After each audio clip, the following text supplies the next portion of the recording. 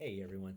So I want to share the second book of a series of books that I promised in a challenge that I was going to read. So this is the second book of eight. It's the Sam Walton Made in America. Great book. Really good book. I had no idea the history, the wealth of history and knowledge that the Walmart brand, because of this man here, has. And Walmart and Sam's Club and other little smaller companies. But man, this guy is a true American entrepreneur. Talking about living the American dream. My hats off to Mr. Walton and his family, and his wife as well. So this is a very easy read. It's easy read. It's easy to understand and really easy to understand the concepts for an entrepreneur, for that a businessman. So you don't have to be knowledgeable in the field of business, but they're really easy tips and tricks and lifestyles that Mr. Walton did and shared in this book that you could easily grab and apply um, from day one. So I took a couple notes here on this book, but again, it's a awesome read. He's definitely one of the most significant entrepreneurs in this century of the U.S. When it comes to business. So great guy.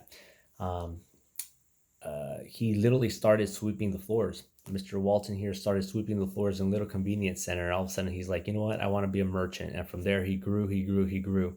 So good man. In a service industry. So I wrote down again a couple of notes. I wrote that in a service industry, always focus on giving. Give to the customer and over deliver. So that was a key concept here. We need to adopt a philosophy of servant leadership, and he explains what that is here. Um, let's see, be committed. There's nothing more than being committed. Waking up every morning and working hard every morning on that one goal, that one dream you have, right? His was just being a great merchant and starting. And when they told him, hey, how many stores do you want? He's like, hey, let's take it easy, one store at a time. If we have a little bit of more money, then we'll open a second store.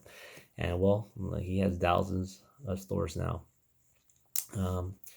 So to not make this long, chapter 17 here has a great list. Here, Mr. Walton wrote a list of the 10 things that he learned, that he applied. He mentioned besides working hard, he's like, I'm not even gonna mention and write about the common sense ones, which for him was like communication, teamwork, and definitely working hard, being a hard worker. So other than those three, uh, he says, number one, commit to your business.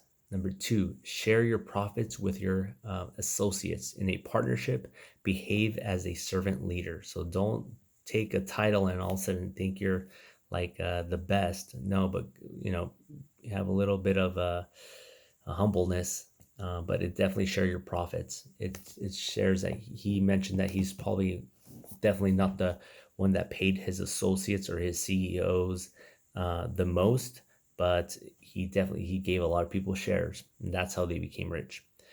Three, motivate your partners.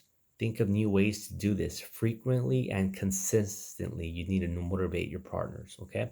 Number four, communicate everything you can. The more your partners know about the business, the better. Okay. So always have a communication. Five, appreciate everything your associates do for the business, not just money, but verbally show your appreciation towards them. Okay. Six is celebrate your success and find humor in failure. Do not take yourself too serious.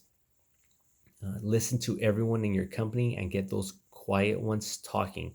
They know what is going on. One of the things he harped on a lot was to listen to everybody, and he wanted people to talk. So it wasn't and he was such a humble guy. He never took 100% of ideas, but he shared the ideas, the concepts. Listen to everyone in your company and get those quiet ones. Oh, that's number 7. Number 8, exceed your customers' expectations, over deliver. Number 9, control your expense better than your competition.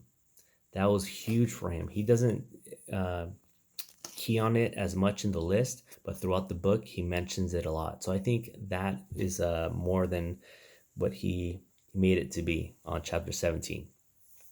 And number 10, swim upstream. Go the other way and ignore conventional wisdom.